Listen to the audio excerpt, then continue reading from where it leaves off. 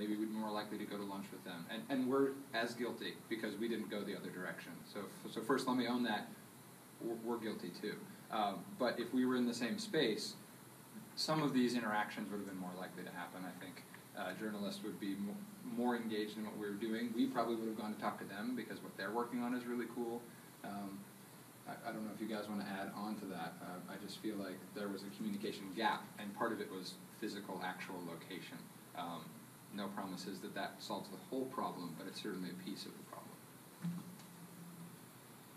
Yeah, I mean, so coming from the newspaper world, I worked for a newspaper company prior to all this, Gannett, and you know, I think what I saw just in that world was, you know, the newspaper world is still very silent. I think, you know, you have the sales team, you know, in the case of this building on one floor, and the editorial side on another floor, and you know, the papers I worked at, there were pretty clear dividing lines, and you know, when I was in that environment, I always attempted as best as possible to break down those barriers and integrate the departments and get people at least talking to one another in a social setting.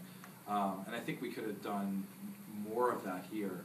I mean, I mentioned the interactions with the sales department, and really the reason that happened is because I just went in and started knocking on their door and cold calling them.